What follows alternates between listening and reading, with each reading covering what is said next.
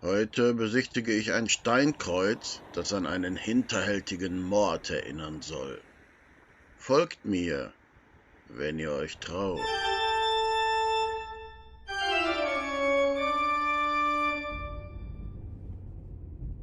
Willkommen, Freunde des Rätselhaften. Euer Totengräber ist auf dem Weg nach Recklinghausen, um einen Blick auf ein Mordkreuz zu werfen. Auf dem Weg dorthin habe ich einen Zwischenstopp an der Drachenbrücke eingelegt. Eine rote, 165 Meter lange Brücke aus Stahl, deren Design einen Drachen symbolisiert. Verlängerte Geländerstangen erinnern an Rippen, und aus 18 Metern Höhe beobachtet der Kopf des Drachen die Passanten auf der Brücke. Erbaut wurde sie 2008.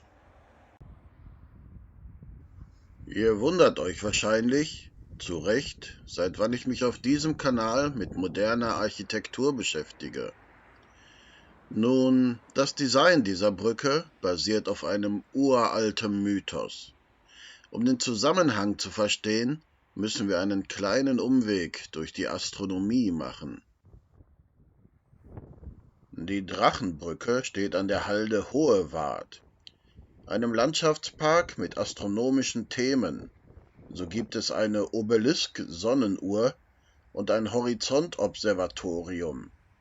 Die Brücke ist von den sogenannten Drachenpunkten in der Astronomie inspiriert.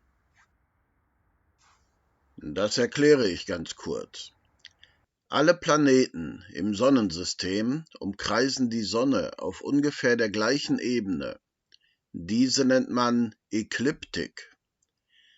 Die Umlaufbahn des Mondes um die Erde ist im Verhältnis zur Ekliptik leicht geneigt.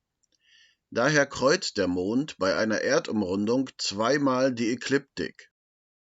Wenn er das tut, kann er Sonnen- und Mondfinsternis verursachen. Und da unsere frühen Vorfahren von Umlaufbahnen nichts wussten und die Finsternisse nicht anders erklären konnten, entstand der Mythos, riesige, gefräßige Drachen, die im Himmel wohnten, würden Sonne und Mond fressen.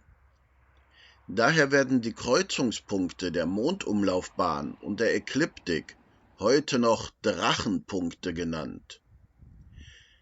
Wie laut dem Mythos die verschluckten Sonne und Mond wieder zurück ans Firmament kam, möchte ich mir lieber nicht ausmalen. Daher geht es nun weiter zum nächsten Ziel.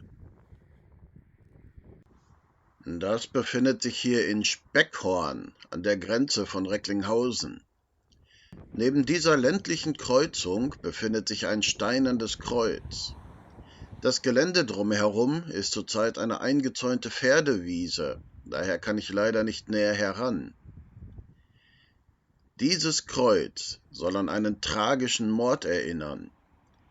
Früher soll der Sockel eine Inschrift besessen haben. Diese ist nicht mehr lesbar, aber in anderen Quellen überliefert. Sie soll folgendermaßen lauten: Im Jahre 1762, den 6. Juni, in der 10. Abendstunde, ist auf diesem Platze mörderischerweise erschossen der hochedelgeborene Herr Franz Anton Horst, Herr zu Ost- und Westniering, nachdem er die Jungfer Eleonora Heuermann, gebürtig aus Duisburg, erheiratet, dieselbe vor kurzer Zeit zur Erbin seiner Güter durch Testament ernannt hat und jetzt eben im 24. Jahr seines Alters war. Am 6.6.1762 soll hier also an dieser Stelle ein 24-jähriger Mann kurz nach seiner Hochzeit erschossen worden sein. Ein Schelm, wer Böses dabei denkt, dass der junge Herr ermordet wurde, kurz nachdem er seine Frau zur Erbin erklärt hat. Aber wer war nun der Mörder? Es gibt zwei Sagen darüber, wer der Schütze gewesen sein soll. In der einen heißt es, ein Jäger hätte dem Gutsherren im Graben aufgelauert und den Schuss abgegeben. Die andere Sage klingt nach dem Sänger Reinhard May. Der Gärtner soll der Mörder gewesen sein. Angeblich wurde der Hausgärtner zur Strafe hier am Tatort gehängt. Wer nun wirklich der Mörder war oder warum er die Tat beging, ist wohl für immer im Dunkel der Geschichte verschollen. Möge Herr Franz Anton Horst in Frieden ruhen.